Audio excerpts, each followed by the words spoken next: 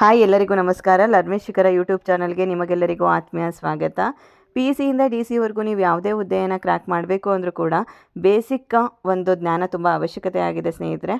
ಈಗ ನೀವು March, April, May ಈ ಒಂದು ತಿಂಗಳುಗಳಲ್ಲಿ ನೀವು PU ನೋಟಿಫಿಕೇಷನ್ನ ನೀವು ಎಕ್ಸ್ಪೆಕ್ಟ್ ಮಾಡ್ಬೋದು. ನೆಕ್ಸ್ಟ್ ನೀವು TET, GPSTR ಹಾಗೆಯೇ FDA, STA ಬಹಳಷ್ಟು ಹುದ್ದೆಗಳನ್ನು ನೀವು ನಿರೀಕ್ಷೆ ಮಾಡ್ಬೋದು. ಯಾವುದೇ ಕಾಂಪಿಟೇಟಿವ್ ಎಕ್ಸಾಮ್ಗೆ ಪ್ರಿಪೇರ್ ಆಗ್ತಿರುವಂಥ ಸ್ನೇಹಿತರಿಗಾಗಿರ್ಬೋದು, SLC ಪರೀಕ್ಷೆಯನ್ನು ಬರೆಯುತ್ತಿರುವಂತಹ ಮಕ್ಕಳಿಗಾಗಿರ್ಬೋದು, ಪ್ರತಿಯೊಬ್ಬರಿಗೂ ಕೂಡ ಈ ಒಂದು ವಿಡಿಯೋ ತುಂಬ ಅನುಕೂಲಕರವಾಗಿದೆ. ತಡ ಮಾಡದೆ ಇವತ್ತಿನ ವಿಡಿಯೋನ ಪ್ರಾರಂಭ ಮಾಡ್ತಾ ಇದ್ದೀನಿ ಸ್ನೇಹಿತರೆ. ಮಾರ್ಚ್ 21ರಿಂದ KSEAB ಬೋರ್ಡ್ SLC ಪರೀಕ್ಷೆಯನ್ನು ನಡೆಸಲು ತೀರ್ಮಾನಿಸಲಾಗಿದೆ. SLC ಪರೀಕ್ಷೆಯನ್ನು ಬರೆಯುತ್ತಿರುವಂತಹ ನನ್ನೆಲ್ಲ ವಿದ್ಯಾರ್ಥಿಗಳಿಗೆ ಆಲ್ ದ ಬೆಸ್ಟ್. ಇನ್ನೇನು ಪರೀಕ್ಷೆ ಹತ್ರ ಬಂದೇ ಬಿಡ್ತು. ಫೆಬ್ರವರಿನಲ್ಲಿ ಕೇವಲ 26 ದಿನಗಳು ಉಳಿದಿದೆ. ಹಾಗೆಯೇ ನಾವು ಮಾರ್ಚ್ ತಿಂಗಳನ್ನ ಕೌಂಟ್ ಮಾಡಿಕೊಂಡ್ರೆ ಕೇವಲ 20 ದಿನಗಳಿದೆ. ಟೋಟಲ್ ಆಗಿ 46 ದಿನಗಳು ಮಾತ್ರ ಇದೆ. ಆದರೆ 46 ದಿನದಲ್ಲಿ ನಾನು ಏನು ಓದಿಲ್ಲ. ನಾನು ಇವತ್ತಿಂದ ಕೂತ್ಕೊಂಡು ಓದಬೇಕು. ಆದರೆ ನಾನು ಒಂದು ಒಳ್ಳೆ ಸ್ಕೋರನ್ನು ತೊಗೋಬೇಕು ಅಂತಂದರೆ ಅಂದರೆ ಸಾಧ್ಯನಾ ಅನ್ನುವಂತಹ ಒಂದು ಕ್ವಶನ್ ಮಾರ್ಕನ್ನು ನೀವು ಈ ಸೆಂಟೆನ್ಸ್ ಮುಂದೆ ಇಟ್ಕೊಂಡ್ರೆ ಖಂಡಿತ ಆಗುತ್ತೆ. ಬಟ್ ನಿಮ್ಮಲ್ಲಿ ರೆಗ್ಯುಲರ್ ಕನ್ಸಿಸ್ಟೆನ್ಸಿ ಅನ್ನೋದು ಇರಬೇಕು. ಅಂದರೆ ಪ್ರತಿದಿನ ಓದಬೇಕು, ಯಾವುದೇ ಕಾರಣಕ್ಕೂ ಟೈಮ್ ವೇಸ್ಟ್ ಮಾಡಬಾರ್ದು. 46 ದಿನನ ಸರಿಯಾದಂಥ ರೀತಿಯಲ್ಲಿ ನೀವು ಟೈಮ್ ಟೇಬಲ್ನ ಹಾಕ್ಕೊಂಡು ಫಾಲೋ ಮಾಡಿದ್ದೇ ಆದಲ್ಲಿ you can achieve good marks. ಅಂದರೆ ನೀವು 90+ ತೊಗೊಳ್ಳೋದ್ರಲ್ಲಿ ಡೌಟ್ ಇಲ್ಲ. ಬಟ್ ಏನು ಮಾಡಬೇಕು, ಕನ್ಸಿಸ್ಟೆನ್ಸಿನ ಕಾಪಾಡ್ಕೋಬೇಕು. ಓಕೆನಾ? ಅಂದರೆ ಇವಾಗ ಮ್ಯಾಥ್ಸು, ಸೈನ್ಸು, ಸೋಷಿಯಲ್ ಅಂತ ಬಂದರೆ ಮ್ಯಾಥ್ಸು, ಸೈನ್ಸು ಕಂಪೇರ್ ಮಾಡಿದ್ರೆ ಸೋಷಿಯಲನ್ನು ಅಂದರೆ ಓದಲಿಕ್ಕೆ ಕೆಲವರಿಗೆ ಬೋರ್ ಆಗುತ್ತೆ. ಏನಕ್ಕೆ ಬೋರ್ ಆಗುತ್ತೆ ಅಂದರೆ 33 ಚಾಪ್ಟರ್ಸ್ ಇದೆ. 33 ಚಾಪ್ಟರ್ಸ್ ಅಂತ ಆ ನಂಬರ್ ಇದೆಯಲ್ಲ, ಆ ನಂಬರ್ ನೋಡ್ತಾ ಇದ್ರೇ ಎಷ್ಟೋ ಜನಕ್ಕೆ ಇಷ್ಟೊಂದು ಚಾಪ್ಟರ್ ಇದೆಯಲ್ಲ, ಹೇಗೆ ಓದೋದು, ಇದನ್ನು ಬಿಟ್ಬಿಡೋಣ, ನೆಕ್ಸ್ಟ್ ಓದಿದ್ರಾಯ್ತು ಅಂತ ಏನು ಮಾಡ್ತಾ ಇರ್ತೀರ ನೀವು, ಅದನ್ನು ನೀವು ಮುಂದೆ ಹಾಕ್ಕೊಂಡು ಬರ್ತಾ ಇರ್ತೀರ. ಬಟ್ ಈ 33 ಚಾಪ್ಟರ್ನ 33 ದಿನದಲ್ಲಿ ತುಂಬ ಚೆನ್ನಾಗಿ ಅರ್ಥ ಮಾಡಿಸೋ ಪ್ರಯತ್ನ ಮಾಡ್ತೀನಿ. Let's start hour journey. ನಿಮಗೆ ನೋಡಿ, ಇದು ಒಂದು ಅಂದರೆ ಫಸ್ಟು ನಿಮಗೆ ಪಾರ್ಟ್ 2 ಪಾರ್ಟ್ಸ್ ಆಗಿ ಡಿವೈಡ್ ಮಾಡಿದ್ದಾರೆ. ಫಸ್ಟ್ ಪಾರ್ಟಲ್ಲಿ ನಿಮಗೆ ಟೋಟಲ್ ಆಗಿ 16 ಲೆಸನ್ಸ್ ಇದೆ. 16 ಲೆಸನ್ನ 16 ಒಂದು ಡೇಸಲ್ಲಿ ಕಂಪ್ಲೀಟ್ ಮಾಡಿಬಿಡೋಣ. ತುಂಬ ಈಸಿಯಾಗಿ ಹೇಳ್ಕೊಡ್ತಾ ಹೋಗ್ತೀನಿ. ಯಾವ್ದ್ಯಾವ್ದು ಇಂಪಾರ್ಟೆಂಟ್ ಆಗುತ್ತೆ ಅಂದರೆ ಅಕಾರ್ಡಿಂಗ್ ಟು ಮೈ ಎಕ್ಸ್ಪೀರಿಯೆನ್ಸ್ ನಿಮಗೆ ಅಂದರೆ ಯಾವುದ್ಯಾವ್ದ್ರ ಮೇಲೆ ಕ್ವಶನ್ಗಳು ಬರ್ಬೋದು, ಇದೆಲ್ಲನೂ ಕೂಡ ಹೇಳ್ತಾ ಹೋಗ್ತೀನಿ. ನೀವು ತುಂಬ ಚೆನ್ನಾಗಿ ಅರ್ಥ ಮಾಡ್ಕೊಳ್ತಾ ಹೋಗ್ತೀರಾ. ಬಟ್ ಏನು ಮಾಡಬೇಕು ಅಂತಂದರೆ ರೆಗ್ಯುಲರ್ ಆಗಿ ಓದಬೇಕು, ಅಷ್ಟೇ ಕಂಡೀಷನು. ಓಕೆ, ನೋಡಿ ಸ್ನೇಹಿತರೆ, ಫಸ್ಟ್ ಚಾಪ್ಟರ್ ಬಂದು ಇತಿಹಾಸ, ಅಧ್ಯಾಯ 1 ಭಾರತಕ್ಕೆ ಯುರೋಪಿಯನ್ನರ ಆಗಮನ. ಈ ಲೆಸನ್ನ ಚೆನ್ನಾಗಿ ನೀವೇನಾದರೂ ಅರ್ಥ ಮಾಡಿಕೊಂಡ್ರೆ ಮಾತ್ರ ನಿಮಗೆ ಮಿಕ್ಕಿದ ಚಾಪ್ಟರ್ಗಳು ಚೆನ್ನಾಗಿ ಅರ್ಥ ಆಗ್ತಾ ಹೋಗುತ್ತೆ. ಯಾಕಂದರೆ ಭಾರತಕ್ಕೆ ಯುರೋಪಿಯನ್ನರು ಯಾರ್ಯಾರು ಬಂದರು, ಅಂದರೆ ಅವರು ಅಂದರೆ ಎಷ್ಟರಲ್ಲಿ ಬಂದರು, ಯಾವ ಉದ್ದೇಶಕ್ಕೋಸ್ಕರ ಬಂದರು, ಮತ್ತು ಇಲ್ಲಿ ತಮ್ಮ ಒಂದು ಪ್ರಾಬಲ್ಯವನ್ನು ಅಂದರೆ ಕಾಪಾಡ್ಕೊಳ್ಳಲಿಕ್ಕೆ ಅವರು ಯಾವ ಯುದ್ಧಗಳನ್ನು ಮಾಡಿದ್ರು, ಇದೆಲ್ಲವನ್ನು ಕೂಡ ನಾವು ಈ ಚಾಪ್ಟ್ರಲ್ಲಿ ನೋಡ್ತಾ ಹೋಗ್ತೀವಿ. ಇಟ್ಸ್ ಎ ಬ್ಯೂಟಿಫುಲ್ ಒಂದು ಚಾಪ್ಟರ್ ಅಂತ ಹೇಳ್ತಾ ಹೋಗ್ಬೋದು. ನೋಡಿ ಸ್ನೇಹಿತರೆ, ಫಸ್ಟ್ ಒನ್ನು ನಿಮಗೆ ಭಾರತ ಮತ್ತು ಯುರೋಪಿನ ನಡುವೆ ಭಾರತ ಮತ್ತು ಯುರೋಪಿನ ನಡುವೆ ಪ್ರಾಚೀನ ಕಾಲದಿಂದಲೂ ವ್ಯಾಪಾರ ಮತ್ತು ವಾಣಿಜ್ಯ ಸಂಬಂಧಗಳು ಏರ್ಪಟ್ಟಿದ್ದವು. ಪ್ರಮುಖವಾಗಿ ಭಾರತದ ಸಾಂಬಾರ ಪದಾರ್ಥಗಳಾದ ಮೆಣಸು, ಜೀರಿಗೆ, ದಾಲ್ಚಿನ್ನಿ, ಏಲಕ್ಕಿ, ಶುಂಠಿ ಮುಂತಾದ ಉತ್ಪನ್ನಗಳಿಗೆ ಯುರೋಪಿನಲ್ಲಿ ಅಪಾರ ಬೇಡಿಕೆ ಇತ್ತು. ಮಧ್ಯಕಾಲದಲ್ಲಿಯೂ ಯುರೋಪ್, ಭಾರತ ಮತ್ತು ಇತರ ಏಷ್ಯಾದ ದೇಶಗಳ ನಡುವೆ ವ್ಯಾಪಾರ ಮುಂದುವರಿಯಿತು. ಏಷ್ಯಾದ ಸರಕುಗಳನ್ನು ಅರಬ್ ವರ್ತಕರು ಪೂರ್ವ ರೋಮನ್ ಸಾಮ್ರಾಜ್ಯದ ರಾಜಧಾನಿಯಾದ ಕಾನ್ಸ್ಟಂಟಿನೋಪಲ್ ನಗರಕ್ಕೆ ತಲುಪಿಸುತ್ತಿದ್ದರು. ಅಲ್ಲಿಂದ ಇಟಲಿಯ ವರ್ತಕರು ಅವುಗಳನ್ನು ಕೊಂಡು ಯುರೋಪಿನ ದೇಶಗಳಲ್ಲಿ ಮಾರುತ್ತಿದ್ದರು. ಹೀಗೆ ಕಾನ್ಸ್ಟಂಟಿನೋಪಲ್ ಅಂತಾರಾಷ್ಟ್ರೀಯ ಸರಕು ವಿನಿಮಯ ಕೇಂದ್ರವಾಗುವ ಮೂಲಕ ಯುರೋಪಿನ ವ್ಯಾಪಾರದ ಹೆಬ್ಬಾಗಿಲೆಂದೇ ಪರಿಗಣಿಸಲ್ಪಟ್ಟಿತು. ಏಷ್ಯಾ ದೇಶಗಳ ವ್ಯಾಪಾರದ ಮೇಲೆ ಅರಬ್ಬರು ಏಕಸ್ವಾಮ್ಯ ಸಾಧಿಸಿದ್ದರೆ ಯುರೋಪಿನ ದೇಶದ ವ್ಯಾಪಾರದ ಮೇಲೆ ಇಟಲಿಯ ವರ್ತಕರು ಏಕಸ್ವಾಮ್ಯ ಸಾಧಿಸಿದ್ದರು. ಏಷ್ಯಾದ ಸರಕುಗಳು ಇಟಲಿಯ ವರ್ತಕರಿಗೆ ಒಳ್ಳೆಯ ಲಾಭವನ್ನು ತಂದುಕೊಡುತ್ತಿದ್ದವು. ನೋಡಿ, ಇದನ್ನು ನೋಡ್ತಾ ಇದ್ರೆ ನಮ್ಗೆ ಏನನ್ಸುತ್ತೆ, ಅಯ್ಯೋ ಇದೇನು ಇಷ್ಟೊಂದು ಕತೆ ಹೊಡೆದಿದ್ದಾರಲ್ಲ ಅಂತ ಅನಿಸುತ್ತೆ. ತುಂಬ ಈಸಿಯಾಗಿ ಹೇಳ್ಕೊಡ್ತೀನಿ ನೋಡಿ ಸ್ನೇಹಿತರೆ. ಫಸ್ಟ್ ಇಲ್ಲಿ ಭಾರತ ಮತ್ತು ಯುರೋಪಿನ ನಡುವೆ ಅಂದರೆ ಫಸ್ಟು ಫ್ರಮ್ ಏನ್ಷಿಯಂಟ್ ಟೈಮಿಂದನೂ ಕೂಡ ಅಂದರೆ trade and commerce relationship continue ಆಗ್ತಾ ಬರ್ತಿತ್ತು. ಮತ್ತು ನಮ್ಮಲ್ಲಂತೂ ಇಂಡಿಯಾದಲ್ಲಿರುವಂತಹ ಒಂದು ಸ್ಪೈಸಸ್ಸು ತುಂಬ ಚೆನ್ನಾಗಿರುತ್ತೆ. ಅಂದರೆ ನೀವು ಅಡುಗೆನ ಯೋಚನೆ ಮಾಡಿ, ನಾವು ಮಾಡುವಂಥ ಅಡುಗೆಗೆ ಸ್ಪೈಸಸ್ಸೇ ಇಲ್ಲ ಅಂದರೆ ಹೇಗಿರುತ್ತೆ ಅಂತ. ನಮ್ಮ ಒಂದು ಸ್ಪೈಸಸ್, ಇಂಡಿಯಾದಲ್ಲಿ ಬೆಳೆಯುವಂತಹ ಸ್ಪೈಸಸ್ ಏನಿದೆ ಅದಕ್ಕೆ ತುಂಬ ಅಟ್ರಾಕ್ಟ್ ಆಗಿದ್ರು ಯುರೋಪಿಯನ್ಸು. ಅದರಿಂದ ನಮ್ಮಲ್ಲಿ ಅಂದರೆ ಸ್ಪೈಸಸ್ನ ತೊಗೊಳಕ್ಕೆ ಅಲ್ಲಿಂದ ಟ್ರೇಡ್ ಆ್ಯಂಡ್ ಕಾಮರ್ಸ್ ರಿಲೇಷನ್ಶಿಪ್ಪು ತುಂಬ ಚೆನ್ನಾಗಿ ಬರ್ತಾ ಇತ್ತು. ಅಲ್ಲೇನು ಮಾಡ್ತಾಯಿದ್ರು ಅಂತಂದರೆ ಇಲ್ಲಿ ಇಟಾಲಿಯನ್ ಒಂದು ಮರ್ಚೆಂಟ್ಸ್ ಅಂದರೆ ಇಟಾಲಿಯನ್ ವರ್ತಕರು ಮತ್ತು ಅರಬ್ ವರ್ತಕರು ಏನು ಮಾಡ್ತಾಯಿದ್ರು ಅಂದರೆ, ನೋಡಿ ಫಾರ್ ಎಕ್ಸಾಂಪಲ್ ಹೇಳ್ತೀನಿ, ಇಲ್ಲಿ ನಮ್ಮ ಇಂಡಿಯಾ ಅಂತ ಅಂದ್ಕೊಳ್ಳಿ. ಓಕೆನಾ? ಇಲ್ಲಿ ನಮಗೆ ಅರಬ್ಸ್ ಇದ್ದಾರೆ, ಇಲ್ಲಿ ನಮಗೆ ಯುರೋಪಿಯನ್ ಕಂಟ್ರೀಸ್ ಇದೆ ಅಂತ ಅಂದ್ಕೊಳ್ಳಿ. ಇಲ್ಲಿ ಇಟಾಲಿಯನ್ ಮರ್ಚೆಂಟ್ಸ್ ಏನು ಮಾಡ್ತಾಯಿದ್ರು, ಇಲ್ಲಿ ನಿಮಗೆ ಇದನ್ನು ಒಂದು ಕಾನ್ಸ್ಟಂಟಿನೋಪಲ್ ಅಂತ ಅಂದ್ಕೊಳ್ಳಿ. ಓಕೆನಾ. ಇಲ್ಲಿ ನಮಗೆ ಅರಬ್ ಮರ್ಚೆಂಟ್ಸ್ ಏನು ಮಾಡ್ತಾಯಿದ್ರು ಅಂದರೆ ಇಂಡಿಯಾಗೆ ಬಂದು ಇಲ್ಲಿ ಅಂದರೆ ನಿಮಗೆ ಸ್ಪೈಸಸ್ ಎಲ್ಲವನ್ನು ತೊಗೊಂಡು ಹೋಗೋದು, ಇಲ್ಲಿ ಕಾನ್ಸ್ಟಂಟಿನೋಪಲಲ್ಲಿ ಮಾರೋದು. ಓಕೆನಾ. ಹಾಗೆಯೇ ಇಲ್ಲಿ ಇಟಾಲಿಯನ್ ಮರ್ಚೆಂಟ್ಸ್ ಏನು ಮಾಡ್ತಾಯಿದ್ರು, ಈ ಕಾನ್ಸ್ಟಂಟಿನೋಪಲ್ಗೆ ಬಂದು ಇಲ್ಲಿಂದ ಅಂದರೆ ಥಿಂಗ್ಸ್ಗಳನ್ನ ತೊಗೊಂಡು ಹೋಗೋದು, ಅದನ್ನು ತೊಗೊಂಡು ಹೋಗ್ಬಿಟ್ಟು ಏನು ಮಾಡ್ತಾಯಿದ್ರು, ಒಂದು ಯುರೋಪಿಯನ್ ಕಂಟ್ರೀಸ್ಗಳಲ್ಲಿ ಮಾಡ್ತಾಯಿದ್ರು. ಅಂದರೆ ಕಂಪೇರ್ ಟು ಅರಬ್ಸು ಯಾರಿಗೆ ಜಾಸ್ತಿ ಲಾಭ ಆಗ್ತಿತ್ತು ಅಂದರೆ ಇಟಾಲಿಯನ್ ವರ್ತಕರಿಗೆ ತುಂಬ ಜಾಸ್ತಿ ಅಂದರೆ ಲಾಭ ಆಗ್ತಾ ಇತ್ತು. ಅದರಿಂದ ಈ ಒಂದು ಕಾನ್ಸ್ಟಂಟಿನೋಪಲ್ ಮಧ್ಯ ಇತ್ತಲ್ಲ, ಅಂದರೆ ಇವರಿಬ್ಬರು ಕೂಡ ಅಂದರೆ ಬೈಯಿಂಗ್ ಮತ್ತು ಸೆಲ್ಲಿಂಗ್ ಮಾಡ್ತಾ ಇದ್ರಲ್ಲ, ಅಂದರೆ ಆ ಕಾನ್ಸ್ಟಂಟಿನೋಪಲ್ ನಗರ ಇತ್ತಲ್ಲ, ಆ ನಗರ ಏನಾಗಿತ್ತು ಅಂದರೆ ಯುರೋಪಿಯನ್ನ ವ್ಯಾಪಾರದ ಹೆಬ್ಬಾಗಿಲು ಅಂತಲೇ ಫೇಮಸ್ ಆಗೋಗಿತ್ತು. ಅಂದರೆ ಇವಾಗ ನಿಮಗೆ ಗೊತ್ತಾಗಿರ್ಬೋದು, ಏಷ್ಯಾದ ಒಂದು ಅಂದರೆ ಪ್ರದೇಶದ ಮೇಲೆ ಏಕಸ್ವಾಮ್ಯವನ್ನು ಸಾಧಿಸಿದ್ದವರು ಯಾರು, ಅರಬ್ಬರು. ಹಾಗೆಯೇ ಯುರೋಪಿನ ಒಂದು ಅಂದರೆ ಈಗ ನಿಮಗೆ ಪ್ಲೇಸಸ್ ಏನಿದೆ ಅದ್ರ ಮೇಲೆ ವ್ಯಾಪಾರದ ಏಕಸ್ವಾಮ್ಯವನ್ನು ಸಾಧಿಸಿದ್ದವರು ಯಾರು ಅಂದರೆ ಇಟಾಲಿಯನ್ಸು. ಇಲ್ಲಿ ಅರಬ್ಸ್ ಏನು ಮಾಡ್ತಾಯಿದ್ರು, ಇಂಡಿಯಾ ಮತ್ತು ಅಕ್ಕಪಕ್ಕದ ಪ್ಲೇಸ್ಗಳಿಂದ ಸ್ಪೈಸಸ್ನ ತೊಗೊಂಡು ಹೋಗ್ತಾಯಿದ್ರು. ಎಲ್ಲೋಗಿ ಸೇಲ್ ಮಾಡ್ತಾಯಿದ್ರು, ಕಾನ್ಸ್ಟಂಟಿನೋಪಲಲ್ಲಿ ಹೋಗಿ ಸೇಲ್ ಮಾಡ್ತಾಯಿದ್ರು. ಕಾನ್ಸ್ಟಂಟಿನೋಪಲಲ್ಲಿ ಬಂದು ಏನು ಮಾಡ್ತಿದ್ರು, ಇಟಾಲಿಯನ್ ಮರ್ಚೆಂಟ್ಸು ಬಂದು ತೊಗೊಳ್ತಾಯಿದ್ರು, ಮತ್ತು ಇಟಾಲಿಯನ್ ಮರ್ಚೆಂಟ್ಸ್ ಅಲ್ಲೋಗಿ ಹೆಚ್ಚಿನ ದುಡ್ಡಿಗೆ ಮಾರ್ಕೊಳ್ತಾಯಿದ್ರು. ಅಂದರೆ ಇವರಿಬ್ಬರಿಗೂ ಕೂಡ ಇಟಾಲಿಯನ್ ಮರ್ಚೆಂಟ್ಸ್ ಮತ್ತು ಅರಬಿಯನ್ ಮರ್ಚೆಂಟ್ಸ್ ಇಬ್ಬರಿಗೂ ಕೂಡ ಟ್ರೇಡ್ ಅಂದರೆ ಈಗ ಮಧ್ಯದಲ್ಲಿ ಪ್ಲೇಸ್ ಯಾವುದಾಗಿತ್ತು ಅಂದರೆ ಕಾನ್ಸ್ಟಂಟಿನೋಪಲ್ ಆಗಿತ್ತು. ಓಕೆನಾ. ಈಗ ಹೇಗೋ ವ್ಯಾಪಾರ ವ್ಯವಹಾರ ಚೆನ್ನಾಗಿ ನಡೀತಾ ಇತ್ತು. ಆ ಟೈಮಲ್ಲಿ ಏನಾಗ್ಬಿಡುತ್ತೆ ಅಂದರೆ 1453ರಲ್ಲಿ ಆಟೋಮನ್ ಟರ್ಕರು ಈ ಕಾನ್ಸ್ಟಂಟಿನೋಪಲ್ ನಗರವನ್ನು ವಶಪಡಿಸ್ಕೊಂಡ್ಬಿಡ್ತಾರೆ. ಅಂದರೆ ಏಷ್ಯಾ ಮತ್ತು ಯುರೋಪ್ ನಡುವೆ ವ್ಯಾಪಾರ ನಡೀತಿದ್ದಂತಹ ಪ್ಲೇಸ್ ಯಾವುದು ಅಂದರೆ ಮಧ್ಯದಲ್ಲಿ ಎಕ್ಸ್ಚೇಂಜ್ ಆಗ್ತಿತ್ತಲ್ಲ, ಆ ಪ್ಲೇಸ್ ಯಾವುದು, ಕಾನ್ಸ್ಟಂಟಿನೋಪಲ್. ನೀವು ಇದನ್ನು ಮರಿಬಾರ್ದು ಸ್ನೇಹಿತರೆ, ನೋಡಿ ಇದು ಕಾನ್ಸ್ಟಂಟಿನೋಪಲ್. ಈ ಕಾನ್ಸ್ಟಂಟಿನೋಪಲ್ನ ಒಂದು ನಗರದನ್ನೇ ವಶಪಡಿಸ್ಕೊಂಡ್ಮೇಲೆ ಇವ್ರು ಏನು ಮಾಡ್ತಾರೆ, they are living too many taxes. ಅಂದರೆ ಏನು ಮಾಡ್ತಾಯಿದ್ರು ಅಂತಂದರೆ ಇಲ್ಲಿ ಯಾರಾದರೂ ಸೆಲ್ ಮಾಡಬೇಕು ತಮ್ಮ ಗೂಡ್ಸ್ನ ಅಂತ ಅರಬಿಯನ್ ಅಂದ್ಕೊಂಡ್ರೆ ಅರಬ್ಬರು ಜಾಸ್ತಿ ಟ್ಯಾಕ್ಸ್ನ ಕಟ್ಟಿ ಅಲ್ಲಿ ತಮ್ಮ ಒಂದು ಅಂದರೆ ಈಗ ಒಂದು ಗೂಡ್ಸ್ಗಳನ್ನ ಸೇಲ್ ಮಾಡಬೇಕಂತ ಅಂದರೆ ಸರಕುಗಳನ್ನ ಸೇಲ್ ಮಾಡಬೇಕಾಗುತ್ತೆ. ಹಾಗೆಯೇ ಅವರು ಇಟಾಲಿಯನ್ ಮರ್ಚೆಂಟ್ಸ್ ಏನಾದರೂ ಇಲ್ಲಿ ಬಂದು ತೊಗೋಬೇಕು ಅಂದರೆ ಇವರು ಜಾಸ್ತಿ ಒಂದು ಪೇನ ಮಾಡಿಕೊಂಡು ಆಮೇಲೆ ಅದನ್ನು ಗೂಡ್ಸ್ಗಳನ್ನ ತೊಗೊಂಡೋಗಿ ಮಾರಬೇಕಾಗುತ್ತೆ. ನೋಡಿ, ಕಂಪೇರ್ ಟು ಪ್ರಾಫಿಟ್ಟು ಲಾಸ್ ಜಾಸ್ತಿ ಆಗುತ್ತೆ ಅನ್ನೋದಾದರೆ ಯಾವ ಒಂದು ಬಿಸ್ನೆಸ್ಸು ಕೂಡ ನಡೆಯೋದಿಲ್ಲ. ನೋಡಿ ಸ್ನೇಹಿತರೆ, ಇದನ್ನು ಕಂಟಿನ್ಯೂ ಮಾಡೋಣ. ಏಷ್ಯಾ ಮತ್ತು ಯುರೋಪಿನ ನಡುವೆ ವ್ಯಾಪಾರ ಮತ್ತು ವ್ಯವಹಾರಗಳು ಕಾನ್ಸ್ಟಂಟಿನೋಪಲ್ ನಗರದ ಮೂಲಕ ನಡೀತಾ ಇತ್ತು. 1453ರಲ್ಲಿ ಆಟೋಮನ್ ಟರ್ಕರು ಕಾನ್ಸ್ಟಂಟಿನೋಪಲ್ ನಗರವನ್ನು ವಶಪಡಿಸ್ಕೊಳ್ತಾರೆ. ಇದರಿಂದಾಗಿ ಎಲ್ಲ ಒಂದು ಇದೆಲ್ಲವೂ ಕೂಡ ಅಂದರೆ ಕಂಪ್ಲೀಟು ಒಂದು ಅಂದರೆ ಈಗ ಏನಂತ ಹೇಳ್ಬೋದು ಅಂದರೆ ಹಕ್ಕು ಏನಿದೆ ಅದೆಲ್ಲವೂ ಕೂಡ ಟರ್ಕರ ನಿಯಂತ್ರಣಕ್ಕೆ ಕೊಟ್ಟೋಗ್ಬಿಡುತ್ತೆ.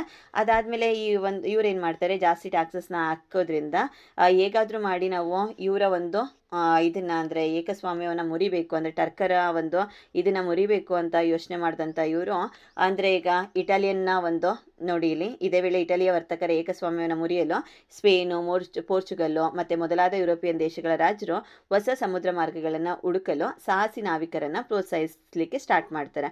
ಆವಾಗ ಅಂದರೆ ಅವರು ಏನು ಮಾಡ್ತಾರೆ ಅಂದರೆ ಸುಮಾರು ಅಂದರೆ ಈಗ ಹೊಸ ವೈಜ್ಞಾನಿಕ ಆವಿಷ್ಕಾರಗಳನ್ನು ಮಾಡ್ತಾರೆ. ಫಾರ್ ಎಕ್ಸಾಂಪಲ್ಲು ದಿಕ್ಸೂಚಿ, ಆಸ್ಟ್ರೋಲ್ಯಾಬು ಮತ್ತು ನಿಮಗೆ ಗನ್ ಪೌಡರು ಇದೆಲ್ಲವೂ ಕೂಡ. ಇದಾದಮೇಲೆ ಏನು ಮಾಡ್ತಾರೆ ಅಂದರೆ ಯಾರಾದ್ರೂ ಈಗ ಹೊಸ ಜಲಮಾರ್ಗವನ್ನು ಕಂಡುಹಿಡಿತೀವಿ ಅಂತ ಬಂದವರಿಗೆ ಅವ್ರಿಗೆ ಏನು ಮಾಡುವಂಥದ್ದು ಅಂದರೆ ಆಫರ್ಗಳನ್ನ ಕೊಡುವಂಥದ್ದು, ಹೆಚ್ಚಿನ ಸ್ಯಾಲ್ರಿ ಕೊಡ್ತೀವಿ, ನಿಮಗೆ ಆ ಪ್ರೋತ್ಸಾಹವನ್ನು ಕೊಡ್ತೀವಿ, ಈ ಪ್ರೋತ್ಸಾಹವನ್ನು ಕೊಡ್ತೀವಿ ಅಂತ. ಭಾರತಕ್ಕೆ ಹೊಸ ಜಲಮಾರ್ಗ ಲಿಸ್ಬನ್ನಿಂದ ಹೊರಟಂತಹ ಪೋರ್ಚುಗಲ್ ನಾವಿಕ ವಾಸ್ಕೋ ಡ ಗಾಮನು 1498ರಲ್ಲಿ ಭಾರತದ ಪಶ್ಚಿಮ ಕರಾವಳಿ ತೀರದ ಕಲ್ಲಿಕೋಟೆ ಸಮೀಪದ ಕಾಪಾಡ್ ಎಂಬಲ್ಲಿಗೆ ಬಂದು ತಲುಪ್ತಾರೆ. ಅಂದರೆ ಸ್ನೇಹಿತರೆ, ಅವರು ಪೋರ್ಚುಗಲನ್ನು ಬಿಡುವಂತಹ ಒಂದು ಇಯರ್ ಬಂದು 1497. ಇವರು ಬಂದು ಇಲ್ಲಿಗೆ ತಲುಪುವಂಥದ್ದು ಬಂದು 1498ರಲ್ಲಿ ತಲುಪ್ತಾರೆ. ಹಾಗಿದ್ರೆ ಎಲ್ಲಿಗೆ ಬಂದು ತಲುಪ್ತಾರೆ ಅಂತ ನೋಡೋದಾದರೆ ನಾವು ಕೇರಳಗೆ ಬಂದು ತಲುಪ್ತಾರೆ. ಹಾಗಿದ್ರೆ ಕೇರಳ ಏನಕ್ಕೆ ಇಲ್ಲಿ ನಾವು ಕೇರಳನ ಮೆನ್ಷನ್ ಮಾಡ್ತಿದ್ದೀವಿ ಅಂದರೆ ನೋಡಿ ಸ್ನೇಹಿತರೆ, ಕಲ್ಲಿಕೋಟೆ ಅನ್ನುವಂಥದ್ದು ಕೇರಳಕ್ಕೆ ಸಂಬಂಧಪಟ್ಟಂತಹ ಒಂದು ಪ್ಲೇಸ್ ಆಗಿರುತ್ತೆ. ನೆಕ್ಸ್ಟ್ ನೋಡಿ, ವಾಸ್ಕೋ ಡ ಗಾಮನು ಕಂಡುಹಿಡಿದಂತಹ ಈ ಜಲಮಾರ್ಗದ ಮೂಲಕ ಸುಮಾರು ವರ್ಷಗಳ ಕಾಲ ಇಂಡಿಯಾ ಮತ್ತು ಯುರೋಪ್ ನಡುವೆ ಒಂದು trade and commerce relationship continue ಆಗಿರುತ್ತೆ. ನೆಕ್ಸ್ಟ್ ನೋಡೋದಾದರೆ ನೋಡಿ, ಯುರೋಪಿನ ವ್ಯಾಪಾರಿ ಕಂಪನಿಗಳು ಟೋಟಲ್ 4 ಯುರೋಪಿನ ವ್ಯಾಪಾರಿ ಕಂಪನಿಗಳು ಇಂಡಿಯಾಗೆ ಬಂದಿರ್ತವೆ. ಮೊದಲೇದು ಪೋರ್ಚುಗೀಸರು, ನೆಕ್ಸ್ಟು ಡಚ್ಚರು, ಬ್ರಿಟಿಷರ್ಸು, ಹಾಗೆಯೇ ಫ್ರೆಂಚರು. ಇದನ್ನು ಜಲಮಾರ್ಗದ ಮೂಲಕ ವ್ಯಾಪಾರಕ್ಕಾಗಿ ಭಾರತಕ್ಕೆ ಬಂದಂತಹ ಮೊಟ್ಟ ಮೊದಲ ಯುರೋಪಿಯನ್ನರು ಯಾರು ಅಂತ ನಾವು ನೋಡೋದಾದರೆ ಪೋರ್ಚುಗೀಸರೇ ಆಗಿದ್ದಾರೆ. ಹಾಗೆಯೇ ಭಾರತವನ್ನು ತೊರೆದಂತಹ ಕೊನೆಯ ಯುರೋಪಿಯನ್ನರು ಯಾರು ಅಂತ ಅಂದರೆ ಅವರು ಕೂಡ ಪೋರ್ಚುಗೀಸರೇ ಆಗಿದ್ದಾರೆ. ಹಾಗೆಯೇ ವಾಸ್ಕೋ ಡ ಗಾಮನ ನಂತರ ಬಂದಂತಹ ಫಸ್ಟ್ ವೈಸ್ರಾಯ್ ಯಾರು ಅಂತ ನೋಡೋದಾದರೆ ಫ್ರಾನ್ಸಿಸ್ಕೋ ಡಿ ಅಲ್ಮೆಡಾ. ಏನಕ್ಕೆ ಫ್ರಾನ್ಸಿಸ್ಕೋ ಡಿ ಅಲ್ಮೆಡಾ ನಮ್ಗೆ ತುಂಬ ಇಂಪಾರ್ಟೆಂಟ್ ಆಗ್ತಾರೆ ಅಂತಂದರೆ ಹಿ ಇಂಪ್ಲಿಮೆಂಟೆಡ್ ಬ್ಲೂ ವಾಟರ್ ಪಾಲಿಸಿ. ಹಾಗಿದ್ರೆ what is the meaning of blue water policy ಅಂದರೆ ನೀಲಿ ನೀರಿನ ನೀತಿ ಅಂತ ಕರಿತೀವಿ. ಅಂದರೆ ಸುಪ್ರಿಮಸಿ over the C instead of ಸುಪ್ರಿಮಸಿ over the land ಅಂತ ಹೇಳ್ತೀವಿ.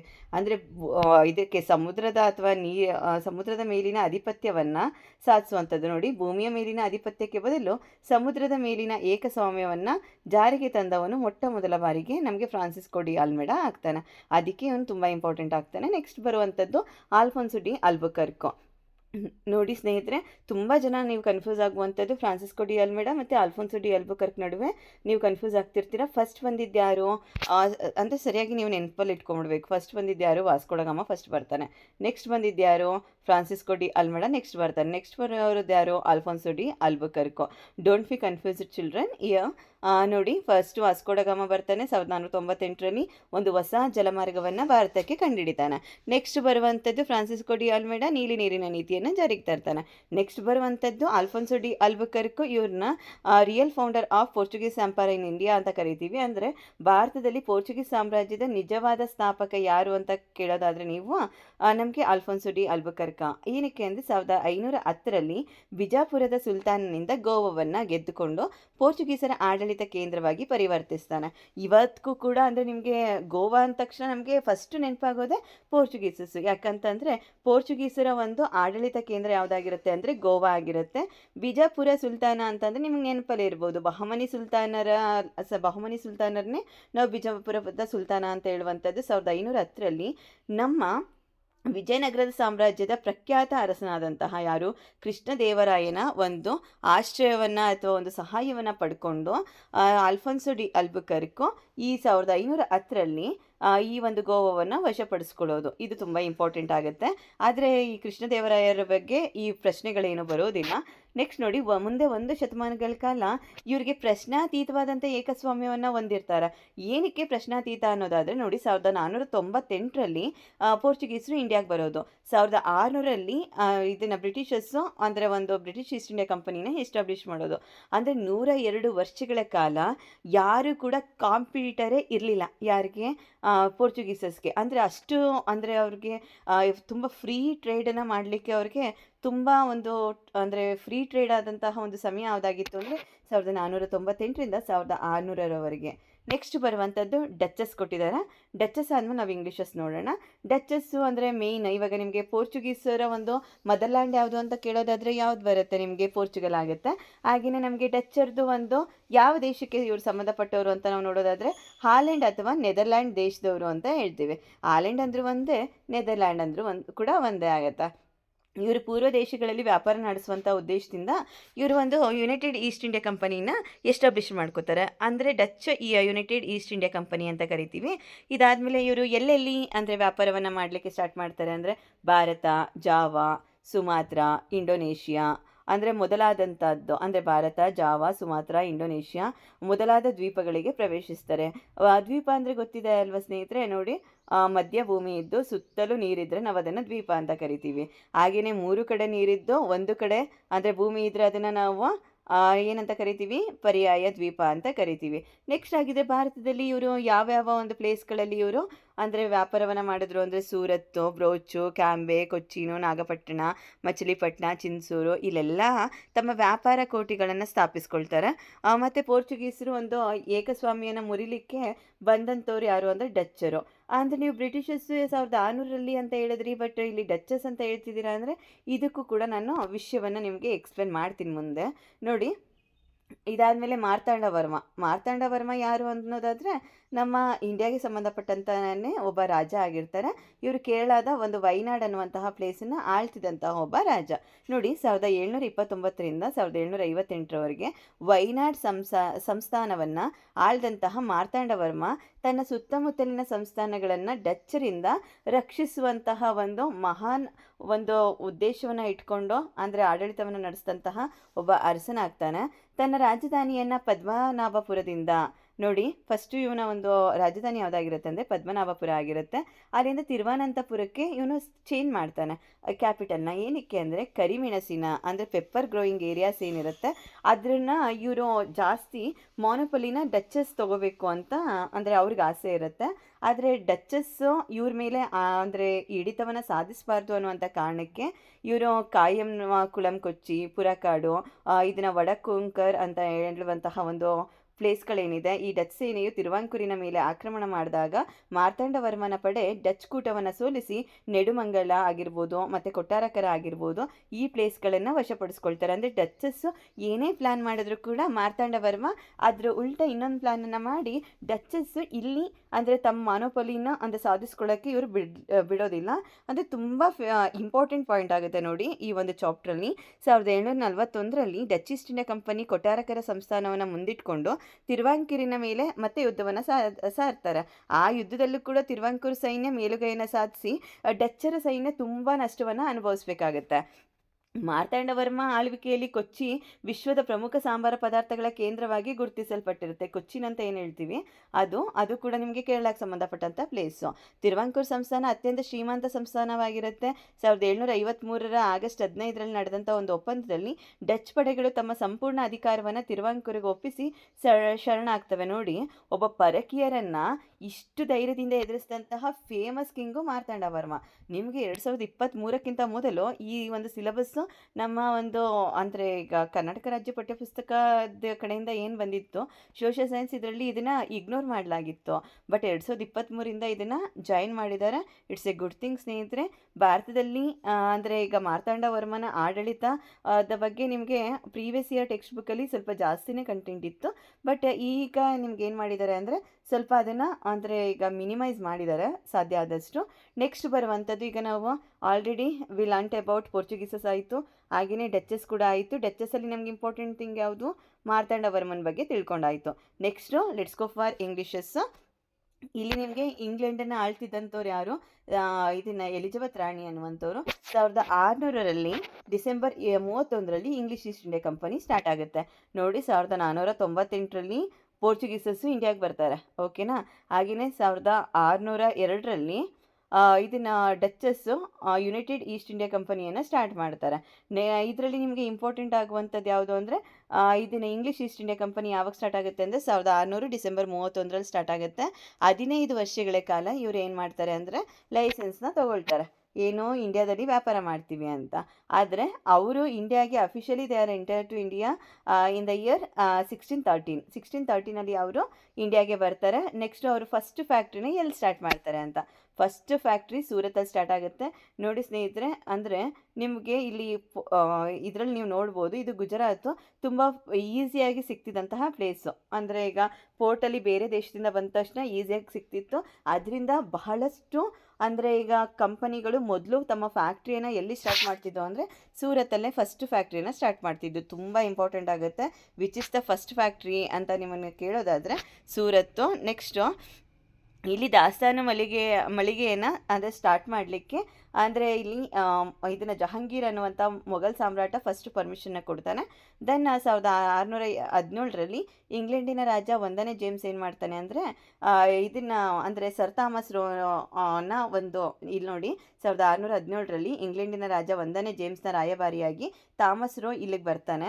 ಇಲ್ಲಿಗೆ ಬಂದು ಜಹಾಂಗೀರ್ನ ಮೊಘಲ್ ಸಾಮ್ರಾಜ್ಯದ ಕೆಲವೆಡೆಗಳಲ್ಲಿ ಫ್ಯಾಕ್ಟ್ರಿಗಳನ್ನ ಸ್ಥಾಪಿಸಲು ಅನುಮತಿಯನ್ನು ಪಡ್ಕೊಳ್ತಾನೆ. ಮೊದಲು ಸೂರತ್ನಲ್ಲಿ ಫಸ್ಟ್ ಫ್ಯಾಕ್ಟ್ರಿನ ಸ್ಟಾರ್ಟ್ ಮಾಡಲಿಕ್ಕೆ ಪರ್ಮಿಷನ್ ಕೊಟ್ಟರು. ಅದಾದಮೇಲೆ ಅಂದರೆ ವ್ಯಾಪಾರ ಕೋಟಿಗಳನ್ನು ಸ್ಟಾರ್ಟ್ ಮಾಡಲಿಕ್ಕೆ ಪರ್ಮಿಷನ್ನ ಕೊಡ್ತಾನೆ. ನೆಕ್ಸ್ಟು ಇಂಗ್ಲೀಷರು ಇಷ್ಟೇ ಅಲ್ಲದೆ ಆಗ್ರಾ, ಅಹಮದಾಬಾದು, ಬ್ರೋಚು ಹೀಗೆ ಬೇರೆ ಬೇರೆ ಕಡೆ ಎಲ್ಲ ಫ್ಯಾಕ್ಟ್ರಿಗಳನ್ನ ಸ್ಟಾರ್ಟ್ ಮಾಡ್ತಾರೆ. 1639ರಲ್ಲಿ ಚಂದ್ರಗಿರಿಯ ರಾಜನಿಂದ ಮದ್ರಾಸ್ನಲ್ಲಿ ಭೂಮಿಯನ್ನು ಪಡ್ಕೊಂಡು ಸೆಂಟ್ ಜಾರ್ಜ್ ಫೋರ್ಟು ತುಂಬ ಇಂಪಾರ್ಟೆಂಟ್ ಆಗುತ್ತೆ ನೋಡಿ ಸ್ನೇಹಿತರೆ. ಇದು ಸೆಂಟ್ ಜಾರ್ಜ್ ಫೋರ್ಟನ್ನು ಇವರು ಎಸ್ಟಾಬ್ಲಿಷ್ ಮಾಡ್ತಾರೆ. ಅಂದರೆ 1639ರಲ್ಲಿ ಚಂದ್ರಗಿರಿಯ ರಾಜನಿಂದ ಮದ್ರಾಸ್ನಲ್ಲಿ ಭೂಮಿಯನ್ನು ಪಡೆದುಕೊಂಡು ಸೆಂಟ್ ಜಾರ್ಜ್ ಫೋರ್ಟನ್ನು ಅನ್ನುವಂತಹ ಒಂದು ಬಲಿಷ್ಠ ಕೋಟೆಯನ್ನು ಕಟ್ತಾರೆ ಬ್ರಿಟಿಷರ್ಸು. ನೆಕ್ಸ್ಟು ಇಂಗ್ಲೆಂಡಿನ ರಾಜ್ಕುಮಾರ ಏನು ಮಾಡ್ತಾನೆ, 2ನೇ ಚಾರ್ಲ್ಸ್ ಅನ್ನುವಂಥವನು ಬಾಂಬೆಯನ್ನು 1668ರಲ್ಲಿ ಕಂಪನಿಗೆ ಅಂದರೆ ಇಂಗ್ಲೀಷ್ ಈಸ್ಟ್ ಇಂಡಿಯಾ ಕಂಪನಿಗೆ 10 ಪೌಂಡ್ಗಳ ಬಾಡಿಗೆಗೆ ಅಂದರೆ ರೆಂಟೆಡ್ ಆಗಿ ಒಂದು ಆನ್ಯುವಲಿ ನನಗೆ 10 ಪೌಂಡ್ನ ಕೊಟ್ಬಿಡಿ ಅಂದ್ಬಿಟ್ಟು ಬಾಂಬೆನ ರೆಂಟೆಡ್ ಆಗಿ ಬ್ರಿಟಿಷರ್ಸ್ಗೆ ಕೊಡ್ತಾನೆ. ನೆಕ್ಸ್ಟು ಬ್ರಿಟಿಷರು ಏನು ಮಾಡ್ತಾರೆ ಅಂದರೆ 1690ರ ದಶಕದಲ್ಲಿ ಬಂಗಾಳದ ರಾಜ್ಯಪಾಲನಿಂದ ಹೂಗ್ಲಿ ನದಿಯ ದಂಡೆಯ ಮೇಲೆ ಅಂತ ಹೇಳ್ತೀವಿ. ಈಗಲೂ ನಿಮ್ಗೆ ಗೊತ್ತಿದೆ, ಅಂದರೆ ಕಲ್ಕತ್ತಾ ಒಂದು ಪ್ಲೇಸು ಎಲ್ಲಿದೆ ಅಂತ ಅಂದರೆ on the bank of the Hooghly river ಅಂತ ಹೇಳ್ತೀವಿ. ಸುತನಾವತಿ, ಕಲ್ಕತ್ತಾ ಮತ್ತು ಇದನ್ನು ಗೋವಿಂದಪುರ ಅನ್ನುವಂತಹ 3 ಹಳ್ಳಿಗಳನ್ನ ಪರ್ಚೇಸ್ ಮಾಡಿ ಫೋರ್ಟ್ ವಿಲಿಯಂ ಅನ್ನುವಂಥ ಒಂದು ಭದ್ರವಾದ ಕೋಟೆಯನ್ನು ಕಟ್ತಾನೆ. ನೆಕ್ಸ್ಟ್ ಇದ್ರ ಸುತ್ತ ಅಂದರೆ ಗ್ರೀವಾದಂತಹ ಒಂದು ಫೇಮಸ್ ಒಂದು ಸಿಟಿನೇ ನಮಗೆ ಕಲ್ಕತ್ತಾ ಸಿಟಿ. ನೆಕ್ಸ್ಟ್ 17ನೇ ಶತಮಾನದ ಅಂತ್ಯದ ವೇಳೆಗೆ ಇಂಗ್ಲೀಷ್ ನಿಮ್ಗೆ ಗೊತ್ತಿದೆ, ಟೋಟಲ್ ಆಗಿ 3 ಪ್ರೆಸಿಡೆನ್ಸೀಸ್ಗಳನ್ನ ಸ್ಟಾರ್ಟ್ ಮಾಡ್ತಾರೆ. ಸೌತ್ ಇಂಡಿಯಾದಲ್ಲಿ ಮದ್ರಾಸ್ ಆದರೆ, ಬಾಂಬೆ ಆದರೆ, ನೆಕ್ಸ್ಟು ನಿಮಗೆ ಈಸ್ಟರ್ನ್ ಒಂದು ಇದರಲ್ಲಿ ನಮಗೆ ಕಲ್ಕತ್ತಾ ಆಗುತ್ತೆ. ಟೋಟಲ್ ಆಗಿ ಮದ್ರಾಸು, ಬಾಂಬೆ, ಕಲ್ಕತ್ತಾ ಅನ್ನುವಂಥ 3 ಪ್ರೆಸಿಡೆನ್ಸೀಸ್ಗಳನ್ನ ಇಂಡಿಯಾದಲ್ಲಿ ಸ್ಟಾರ್ಟ್ ಮಾಡ್ತಾರೆ. 18ನೇ ಶತಮಾನದ ಉತ್ತರಾರ್ಧದಲ್ಲಿ ಇಂಗ್ಲೀಷರು ಕಲ್ಕತ್ತಾವನ್ನು ತಮ್ಮ ರಾಜಧಾನಿಯನ್ನಾಗಿಯೂ ಕೂಡ ಮಾಡ್ಕೊಳ್ತಾರೆ.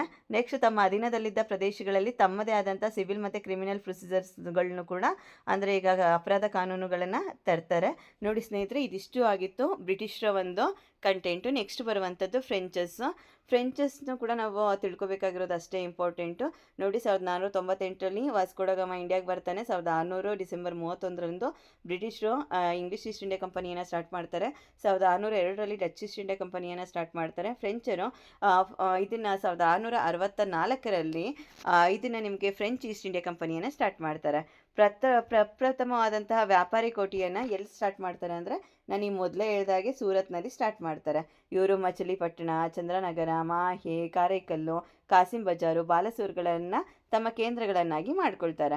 ಮತ್ತು ಫ್ರೆಂಚರು 1674ರಲ್ಲಿ ವಾರಿಕೊಂಡಪುರಂನ ಸ್ಥಳೀಯ ಮುಸ್ಲಿಂ ಅಧಿಕಾರಿಯಿಂದ ಒಂದು ಪ್ಲೇಸನ್ನ ತಗೊಂಡು ಅದನ್ನೇ ದೊಡ್ಡ ವ್ಯಾಪಾರ ಕೇಂದ್ರವನ್ನಾಗಿ ಮಾಡ್ಕೊಳ್ತಾರೆ. ಅದೇ ಇವತ್ತಿನ ಒಂದು ಪಾಂಡಿಚೇರಿ ಅಥವಾ ಪುದುಚೇರಿ ಅಂತ ಹೇಳ್ತೀವಿ. ಫ್ರೆಂಚರು ಇಂಡಿಯಾನ ಬಿಟ್ಟು ಹೋಗೋವರೆಗೂ ಕೂಡ ಅದೊಂದೇ ಅವರ ರಾಜಧಾನಿಯಾಗಿರುತ್ತೆ. ಯಾವುದು ಸ್ನೇಹಿತರೆ? ಪುದುಚೇರಿ. ಈಗ ನಿಮಗೆ ಪೋರ್ಚುಗೀಸರ ಒಂದು ರಾಜಧಾನಿ ಯಾವುದಾಗಿತ್ತು? ಗೋವಾ ಆಗಿತ್ತು. ಹಾಗೆಯೇ ಇವರ ಒಂದು ರಾಜಧಾನಿ ಯಾವುದಾಗಿತ್ತು? ಬ್ರಿಟಿಷ್ ರಾಜಧಾನಿ ಕಲ್ಕತ್ತಾ ಆಗಿತ್ತು. ಹಾಗೆಯೇ ನಮಗೆ ಫ್ರೆಂಚರ ರಾಜಧಾನಿ ಯಾವುದಾಗಿತ್ತು? ಪಾಂಡಿಚೇರಿ ಆಗಿತ್ತು.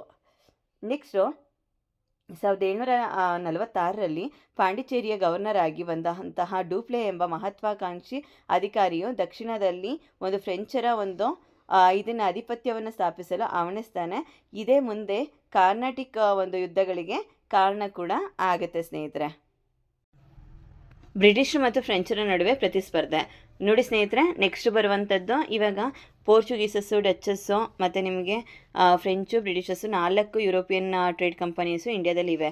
ಬಟ್ ಇಲ್ಲಿ ಯಾರು ಸ್ಟ್ರಾಂಗ್ ಅನ್ನೋದನ್ನು ತಾವು ಏನು ಮಾಡ್ಕೋಬೇಕು, ಅಲ್ಲಿ ಪ್ರೂವ್ ಮಾಡ್ಕೋಬೇಕು. ಅದಕ್ಕೋಸ್ಕರ ಇಲ್ಲಿ ಏನಾಗುತ್ತೆ, ಪೋರ್ಚುಗೀಸಸ್ಗೆ ಅಷ್ಟೊಂದು ಧೈರ್ಯ ಇರೋದಿಲ್ಲ ಮತ್ತು ಡಚ್ಚಸ್ಗೂ ಕೂಡ ಅಷ್ಟೊಂದು ಧೈರ್ಯ ಇರೋದಿಲ್ಲ. ಅವ್ರುಗಳು ಏನು ಮಾಡ್ತಾರೆ ಅಂತಂದರೆ, ನಾವು ಇವ್ರಿಗೆ ಎದುರಿಸ್ಲಿಕ್ಕಾಗ್ದೇ ಇವ್ರು ಏನು ಮಾಡ್ತಾರೆ, 18ನೇ ಶತಮಾನದ ಮಧ್ಯಂತರ ಹೊತ್ತಿಗೆ ಬ್ರಿಟಿಷರು ಮತ್ತು ಫ್ರೆಂಚರ ಪೈಪೋಟಿಯನ್ನು ಎದುರಿಸಲಿಕ್ಕೆ ಆಗ್ದೇ ರಾಜಕೀಯ ರಂಗದಿಂದ ಅಂದರೆ ಪೊಲಿಟಿಕಲ್ ಒಂದು ಇದರಿಂದ ಇವ್ರು ಏನು ಮಾಡ್ತಾರೆ, ಹೊರಟೋಗ್ಬಿಡ್ತಾರೆ. ಅಂದರೆ ಕಂಪ್ಲೀಟಾಗಿ ಅವರು they are limited themself for the ಅಂದರೆ ಸ್ಪೈಸಸ್ ಐಲ್ಯಾಂಡ್ಸ್ ಅಂತ ಹೇಳ್ತೀವಿ. ಈಗ ಇವರು ಲಾಸ್ಟಲ್ಲಿ ಉಳ್ಕೊಂಡಂಥವ್ರು ಯಾರು ಅಂತಂದರೆ ಬ್ರಿಟಿಷರು ಮತ್ತು ಫ್ರೆಂಚರು. ಇಲ್ಲಿ ನಿಮಗೆ ಗೊತ್ತಿದೆ, ಫ್ರೆಂಚರ ಒಂದು ಮಹತ್ವಾಕಾಂಕ್ಷಿ ಒಂದು ಅಧಿಕಾರಿಯಾಗಿ ಯಾರು ಬಂದಿದ್ದಾರೆ, ಡೂಪ್ಲೆ ಬಂದಿದ್ದಾರೆ. ಈಗ ನೋಡಿ, ಇಲ್ಲಿ ನಿಮಗೆ ತಮಿಳುನಾಡಿನ ಇಲ್ಲಿ ಒಂದು ಪ್ಲೇಸ್ ಕಾಣಿಸ್ತಾ ಇದೆಯಲ್ಲ, ಇಲ್ಲಿ ತಮಿಳುನಾಡಿನ ಒಂದು ಪೂರ್ವ ಭಾಗದಲ್ಲಿ, ಅಂದರೆ ಈಗ ನಿಮಗೆ ಪೂರ್ವ ಭಾಗವನ್ನು ನಾವು ಏನಂತ ಕರಿತೀವಿ, ಕಾರ್ನಾಟಿಕ್ ಭಾಗ ಅಂತ ಕರಿತೀವಿ. ಈ ಕಾರ್ನಾಟಿಕ್ ಭಾಗದ ಒಂದು ಇದನ್ನು ಅಂದರೆ ಈಗ ಸ್ಥಿರತೆಯನ್ನು ನಾವು ಕಾಪಾಡ್ಕೋಬೇಕು, ಅಂದರೆ ಇದರ ಒಂದು ಕಂಪ್ಲೀಟ್ ಪವರ್ನ ನಾವು ತಗೋಬೇಕು ಅಂತ ಫ್ರೆಂಚರು ಮತ್ತು ಬ್ರಿಟಿಷರ ನಡುವೆ ನಡೆದಂತಹ ಯುದ್ಧಗಳೇ 3 ಕಾರ್ನಾಟಿಕ್ ಯುದ್ಧಗಳು. ಆಮೇಲೆ ಇನ್ನೊಂದು ಸ್ನೇಹಿತರೆ ನೆನಪಲ್ಲಿರಲಿ, ಈ ರೀತಿ ಗ್ರೇ ಒಂದು ಇದರಲ್ಲಿ ಏನು ಕೊಟ್ಟಿರ್ತಾರೋ, ಅಂದರೆ ನಿಮಗೆ ಈ ಥರ ಬಾಕ್ಸ್ಗಳಲ್ಲಿ ಏನು ಕೊಟ್ಟಿರ್ತಾರೆ, ಇದು ನಿಮಗೆ ಎಕ್ಸ್ಟ್ರಾ ಇನ್ಫಾರ್ಮೇಷನ್ನ ತಿಳ್ಕೊಳ್ಳಿಕ್ಕೆ ಮಾತ್ರ. ಇದ್ರ ಮೇಲೆ ಯಾವುದೇ ಕಾರಣಕ್ಕೂ ಪ್ರಶ್ನೆಗಳು ಬರೋದಿಲ್ಲ. ನೀವು ಅಂದರೆ ಓದಬೇಕಾದ್ರೆ ನಿಮಗೆ ಇದ್ರ ಮೇಲೆ ಪ್ರಶ್ನೆಗಳು ಬರುತ್ತೇನೋ ಅನ್ನುವಂತಹ ಯಾವುದೇ ರೀತಿ ಹೆದರಿಕೆ ನಿಮಗೆ ಬೇಡ ಸ್ನೇಹಿತರೆ. ನೆಕ್ಸ್ಟ್ ನೋಡಿ, ನಿಮಗೆ ಕಾರ್ನಾಟಿಕ್ ಯುದ್ಧಗಳು ಬರುತ್ತೆ. ಕಾರ್ನಾಟಿಕ್ ಯುದ್ಧಗಳಲ್ಲಿ ನಿಮಗೆ ಮೊದಲನೇ ಕಾರ್ನಾಟಿಕ್ ಯುದ್ಧ ಬಂದು 1746ರಿಂದ 48ರವರೆಗೆ ನಡೆದರೆ, ಎರಡನೇ ಕಾರ್ನಾಟಿಕ್ ಯುದ್ಧ 49ರಿಂದ 54, ಹಾಗೆಯೇ ಮೂರನೇ ಕಾರ್ನಾಟಿಕ್ ಯುದ್ಧ 56ರಿಂದ 63. ಟೋಟಲ್ ಆಗಿ 3 ಕಾರ್ನಾಟಿಕ್ ಯುದ್ಧಗಳು ನಡೀತವೆ. ನೋಡಿ, ಮೊದಲನೇ ಕಾರ್ನಾಟಿಕ್ ಯುದ್ಧದಲ್ಲಿ ನಿಮಗೆ ಡೂಪ್ಲೆಯ ಕೋರಿಕೆ ಮೇರೆಗೆ ಲಾ ಬಡೋನಿಯಸ್ ಅನ್ನುವಂತಹ ಫ್ರೆಂಚ್ ಸೇನಾ ಮುಖ್ಯಸ್ಥ ಮಾರಿಷಸ್ನಿಂದ ಬಂದು ಬ್ರಿಟಿಷರಿಂದ ಮದ್ರಾಸನ್ನು ವಶಪಡಿಸ್ಕೊಂಡಿರ್ತಾನೆ. ಆದರೆ ಬ್ರಿಟಿಷರು ಕಾರ್ನಾಟಿಕ್ನ ನವಾಬ್ನಾದಂತಹ ಅನ್ವರುದ್ದೀನ್ನಲ್ಲಿ ಹೋಗ್ಬಿಟ್ಟು ಹೆಲ್ಪ್ನ ಕೇಳ್ತಾರೆ. ಕಾರ್ನಾಟಿಕ್ ರಾಜ ಯಾರಾಗಿರ್ತಾನೆ ಅಂದರೆ ಅನ್ವರುದ್ದೀನ. ಆ ಅನ್ವರುದ್ದೀನ ಹೋಗಿ ಕೇಳ್ತಾರೆ. ಆಗ ಮದ್ರಾಸ್ನಿಂದ ಫ್ರೆಂಚರನ್ನು ಹೊರಗಟ್ಲಿಕ್ಕೆ ಅನ್ವರುದ್ದೀನ್ ಕಳಿಸ್ಕೊಟ್ಟಂತಹ ಒಂದು ಕಂಪ್ಲೀಟ್ ಸೈನ್ಯ ಏನಾಗುತ್ತೆ, ಸೋತೋಗ್ಬಿಡುತ್ತೆ. ಆಗ ಲಾ ಬಡೋನಿಯಾ ಏನು ಮಾಡ್ತಾನೆ, ಲಾ ಬಡೋನಿಯಾನ ಕರೆಸ್ತೋನೆ ಯಾರೋ ಡೂಪ್ಲೆ. ಆದರೆ ಲಾ ಬಡೋನಿಯಾಸ್ ಏನು ಮಾಡ್ತಾನೆ ಅಂದರೆ ಡೂಪ್ಲೆಗೆ ಹೇಳ್ದೇನೆ ಬ್ರಿಟಿಷರಿಂದ ದುಡ್ಡನ್ನು ತೊಗೊಂಡು ಮದ್ರಾಸನ್ನು ಅವ್ರಿಗೆ ಬಿಟ್ಕೊಟ್ಬಿಟ್ಟು ಮಾರಿಷಸ್ಗೆ ಹೊರಟೋಗ್ಬಿಡ್ತಾನೆ. ಇಲ್ಲಿ ನೋಡಿ, ನಾನು ಮತ್ತೆ ಇನ್ನೊಂದ್ಸಲ ಹೇಳ್ತೀನಿ ನೋಡಿ. ಡೂಪ್ಲೆಯ ಒಂದು Dupleix he asked the help from the La Bourdonnais. he belongs to Mauritius country, but he come from Mauritius and he occupied Madras. ಓಕೆನಾ, ಮದ್ರಾಸ್ನ ಇವನು ಆಕ್ಯುಪೈಡ್ ಮಾಡ್ಕೊಳ್ತಾನೆ. ನೆಕ್ಸ್ಟು ಅಸಹಾಯಕರಾದಂತಹ ಬ್ರಿಟಿಷರು ಕಾರ್ನಾಟಿಕ್ನ ನವಾಬ್ನಾದಂಥ ಅನ್ವರುದ್ದೀನ ಹೋಗಿ ಹೆಲ್ಪ್ನ ಕೇಳ್ತಾರೆ. ಆದರೆ ಹೆಲ್ಪ್ನ ಕೇಳಿದಾಗ ಇವನು ಏನು ಮಾಡ್ತಾನೆ, ಅನ್ವರುದ್ದೀನು ಒಂದು ಟೀಮ್ನ ಕಳಿಸ್ಕೊಡ್ತಾನೆ. ಬಟ್ ಆ ಟೀಮು ಲಾ ಬಡೋನಿಯಾ ಮುಂದೆ ಸೋತೋಗ್ಬಿಡುತ್ತೆ. ಇದಾದಮೇಲೆ ಇವನು ಡೂಪ್ಲೆಗೆ ಹೆಲ್ಪ್ ಮಾಡೋಕ್ಕೆ ಅಂತ ಬಂದವನಲ್ವ ಲಾ ಬಡೋನಿಯಾಸ್, ಡೂಪ್ಲೆ ಜೊತೆಗಿರಬೇಕಿತ್ತು. ಬಟ್ ಲಾ ಬಡೋನಿಯಾಸ್ ಏನು ಮಾಡ್ತಾನೆ, ಡೂಪ್ಲೆಗೆ ಹೇಳ್ದೇನೆ ಇವ್ರ ಹತ್ರ ಒಂದಷ್ಟು ದುಡ್ಡನ್ನು ತೊಗೊಂಡ್ಬಿಟ್ಟು ಮಾರಿಷಸ್ಗೆ ಹೊರಟೋಗ್ಬಿಡ್ತಾನೆ. ಇದರಿಂದ ತುಂಬ ಕೋಪ ಬರುತ್ತೆ ಡೂಪ್ಲೆಗೆ. ಮದ್ರಾಸನ್ನು ಮತ್ತೆ ಪಡೆಯಲಿಕ್ಕೆ ಅಂದ್ಬಿಟ್ಟು ಮತ್ತೆ ಯುದ್ಧ ಮಾಡೋಕ್ಕೆ ಹೋಗ್ತಾನೆ. ಬಟ್ ಅದರಲ್ಲಿ ಅವನು ಫೇಲ್ಯೂರ್ ಆಗ್ತಾನೆ. ಕೊನೆಗೆ ಈ ಒಂದು ವಾರ್ ಏನಿದೆ, first Carnatic war, it's ended with which treaty ಅಂತಂದರೆ ಎಕ್ಸ್ಲಾ ಚಾಪೆಲ್ ಟ್ರೀಟಿ ಮೂಲಕ ಎಂಡ್ ಆಗುತ್ತೆ. ಇದು ನಿಮಗೆ ಫಸ್ಟ್ ಕಾರ್ನಾಟಿಕ್ ವಾರ್. ತುಂಬ ಈಸಿ ಆದಂಥ ಕಾರ್ನಾಟಿಕ್ ವಾರ್. ಅದನ್ನ ನೋಡಿದ್ರೆ ಅಯ್ಯೋ ಏನಪ್ಪ ಇದು ಇಷ್ಟೊಂದು ಇದೆಯಲ್ಲ, ಹೆಂಗಪ್ಪ ತಿಳ್ಕೊಳ್ಳೋದು ಅಂತ ಅನಿಸುತ್ತೆ. ಬಟ್ ವಿಷಯನ ಕರೆಕ್ಟಾಗಿ ನೀವೇನಾದ್ರೂ ಅಂದರೆ ತಿಳ್ಕೊಂಬಿಟ್ರೆ ತುಂಬ ಈಸಿಯಾಗಿ ಅರ್ಥ ಆಗುತ್ತೆ. ನೋಡಿ, ಬೇಕಾದ್ರೆ ಇನ್ನೊಂದು ಸಲ ಹೇಳ್ಬಿಡ್ತೀನಿ. ಇಲ್ಲಿ ನಿಮಗೆ ಡೂಪ್ಲೆ, ಸರಿನಾ, ಡೂಪ್ಲೆ ಯಾರನ್ನ ಹೋಗಿ ಹೆಲ್ಪ್ ಕೇಳ್ತಾನೆ, ಲಾ ಬಡೋನಿಯನ ಹೆಲ್ಪ್ ಕೇಳ್ತಾನೆ. ಇಲ್ಲಿ ನಿಮಗೆ ಬ್ರಿಟಿಷರ್ಸ್ ಇದ್ದಾರೆ. ಬ್ರಿಟಿಷರ್ಸ್ ಹೋಗ್ಬಿಟ್ಟು ಯಾರನ್ನ ಹೆಲ್ಪ್ ಕೇಳ್ತಾರೆ, ಅನ್ವರುದ್ದೀನ ಹೆಲ್ಪ್ ಕೇಳ್ತಾನೆ. ಅನ್ವರುದ್ದೀನು ಒಂದು ಟೀಮ್ನ ಕಳಿಸ್ಕೊಡ್ತಾನೆ ಲಾ ಬಡೋನಿಯಾ ಆಪೋಸಿಟಾಗಿ ಹೋರಾಡಪ್ಪ ಅಂತ. ಬಟ್ ಲಾ ಬಡೋನಿಯಾ ಏನು ಮಾಡ್ತಾನೆ, ಇವನನ್ನು ಸೋಲಿಸ್ಬಿಟ್ಟು ಮದ್ರಾಸನ್ನ ಆಕ್ಯುಪೈಡ್ ಮಾಡ್ಕೊಂಡಿರ್ತಾನೆ. ಕೊನೆಗೆ ಲಾ ಬಡೋನಿಯಾ ಇವನಿಗೆ ಹೇಳೋದೇ ಇಲ್ಲ, ಯಾರಿಗೆ, ಲಾ ಬಡೋನಿಯಾ ಡೂಪ್ಲೆಗೆ ಇನ್ಫಾರ್ಮೇ ಮಾಡೋದಿಲ್ಲ. ಇನ್ಫಾರ್ಮ್ ಮಾಡ್ದೇನೆ ಇವರಿಂದ ದುಡ್ಡನ್ನು ತೊಗೊಂಡ್ಬಿಡ್ತಾನೆ. ಯಾರಿಂದ, ಬ್ರಿಟಿಷರ್ಸಿಂದ ದುಡ್ಡನ್ನು ತೊಗೊಂಡ್ಬಿಟ್ಟು ಅವನು ಹೊರಟೋಗ್ಬಿಡ್ತಾನೆ. ಅದಾದಮೇಲೆ ಮತ್ತೆ ಇವನು ನಾನು ಹೇಗಾದರೂ ಮಾಡಿ ಇದನ್ನು ವಶಪಡಿಸ್ಕೋಬೇಕು ಅಂತ ಮದ್ರಾಸ್ನ ಮತ್ತೆ ಆಕ್ಯುಪೈಡ್ ಮಾಡ್ಕೊಳ್ಳೋಕೆ ಬರ್ತಾನೆ.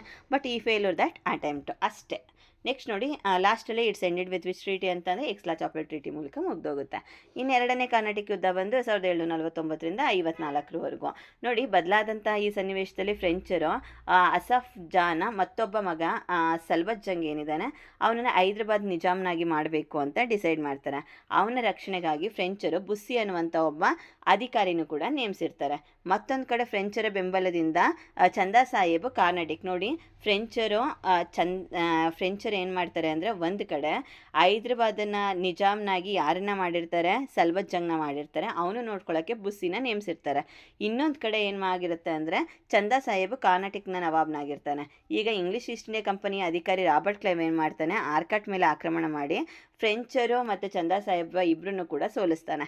ಅಂತಿಮವಾಗಿ ಚಂದಾ ಸಾಹೇಬನ್ನ ಏನು ಮಾಡ್ತಾರೆ ಅಂದರೆ ಈಗ ಹಿಡ್ಕೊಂಡು ಅವನನ್ನು ಕೊಲೆ ಮಾಡ್ತಾರೆ.